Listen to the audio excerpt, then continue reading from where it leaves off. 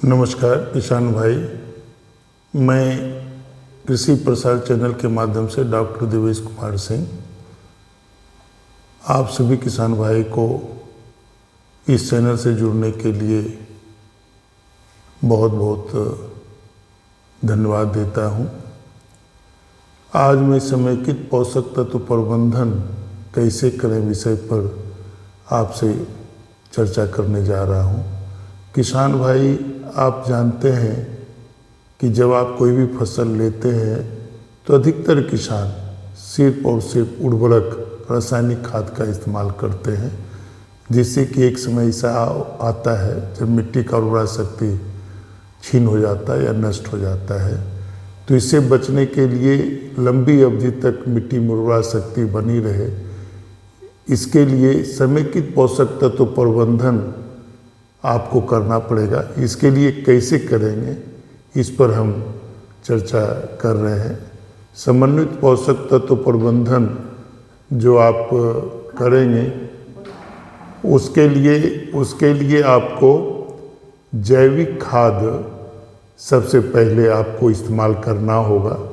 जैविक खाद का मतलब है जैसे राइजोबियम कल्चर हुआ या फिर और कई ऐसे चीज़ हैं, एजेटोबैक्टर हुआ या और कई चीज़ हैं, उसमें आप जो फफूंद हैं जैसे ट्राइकोडर्मा हुआ इत्यादि, ये सारी चीज़ आपको देना पड़ेगा। आपके फसल बीज के साथ उपचार करके मिट्टी में देना पड़ेगा। अब जैव उर्वरक का भी इस्तेमाल आपको जैविक पोषक तत्व प्रबंधन में करना पड़ेगा। जैव उर्वरक में जो आपको बताया गया है, राइजोबियम कल्चर है, एजेटोबैक्टर है, ये सारी चीज़ जैव उर्वरक में आता है। फसल चक्र आपको अपनाना पड़ेगा और अंतर फसल जैसे इंटरक्रॉपिंग जो होता है उसको भी अपनाना पड़ेगा। इसके लिए होता क्या, जैसे मान लेते हैं गेहूं का खेती करते हैं तो साथ में आपको चना का या मसूर का या मटर का खेती करना पड़ेगा। यदि किसी फसल लगाए हैं और उसमें बीमारी आपको आता है तो उसको फसल चक्र अपनाकर उसको आपको सुदृढ़ करना पड़ेगा। फिर रासायनिक उर्वरक तो आप सभी किसान भाई देते हैं। रासायनिक उर्वरक देने के समय आपको अपनी मिट्टी का उर्वरा शक्ति या मिट्टी जांच करवा लेना पड़ेगा। सपोज कीजिए कि आपके मिट्टी में नेत्रजन की कमी है और तो नेत्रजन आप यूरिया दें, या फास्फोरस की कमी है तो आप उसमें डीएपी दें, या पोटास की कमी है तो पोटास दें, या जो भी सूक्ष्म पोषक तत्व की कमी है उसको आपको देना पड़ेगा। जैसे आप फसल अवशेष का उचित प्रबंधन आप कैसे करें, जैसे पंजाब में आप देखते हैं या सुने होंगे न्यूज़ में कि जो फसल अवशेष होता है किसान उसमें आग लगा देता है, जिससे कि पर्यावरण भी दूषित होता है और आपका जो खेत में जो आग लगता है उसके आग के ताप से जो मिट्टी में जो ऐसे कई ह्यूमस होते हैं वो नष्ट हो जाते हैं। कई मित्र फफूंद होते हैं, कई मित्र बैक्टीरिया होते हैं या मित्र कीट होते हैं, वो नष्ट हो जाते हैं।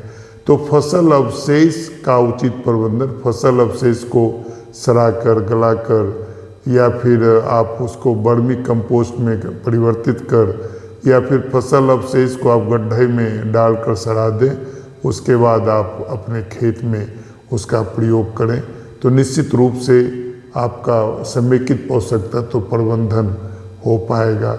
समेकित पोषक तत्व प्रबंधन में एक हरी खाद होता है, जैसे आप खेती कर रहे हैं तो ढैंचा का या फिर दलहनी फसल का, मूंग का, उड़द का या फिर सनहेम का, ये सब आप सड़ाकर वो आप जब जैसे 1 महीना का या 20-25 दिन का पौध रहता है तो उसको मिट्टी में सड़ा दें, गला दें या दबा दें, तो उससे क्या होता है कि जो हरी खाद मिट्टी में सड़ेगा गलेगा उससे कई तरह का पोषक तत्व आपके मिट्टी को मिलेगा, जिसमें नाइट्रोजन होगा, फास्फोरस होगा, पोटास होगा। और रासायनिक खाद आप इस्तेमाल करते हैं तो अधिकतम 3 उर्वरक या 3 पोषक तत्व उसमें मिलता है, NPK मिलता है। लेकिन आप हरी खाद को सड़ाकर या फसल अवशेष से या पशुपालन जो गोबर आता है उससे आप यदि वर्मी कंपोस्ट बनाते हैं तो उसमें 14 पोषक तत्व मिलता है। और आप इस तरह से आप व्यवस्था करते हैं तो समेकित पोषक तत्व प्रबंधन कर आप कम खर्च में अधिक उत्पादन प्राप्त कर सकते हैं। इन चंद सब बातों के साथ मैं अपनी वाणी को विराम देता हूँ।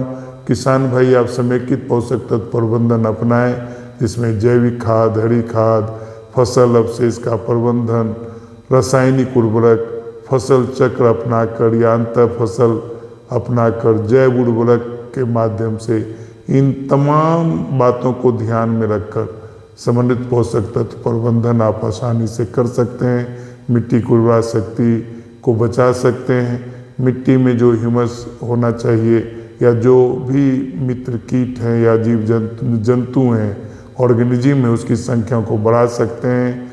जैसे कि आप नाइट्रोजन की उपलब्धता, फास्फोरस की उपलब्धता या उसकी बैक्टीरिया जो फास्फोरस सोलुबलाइजिंग बैक्टीरिया होता है वो सब की उपलब्धता को बढ़ाकर आप अपनी मिट्टी की उर्वरा शक्ति को बढ़ा सकते हैं। इतना कहकर मैं अपनी वाणी को विराम देता हूँ।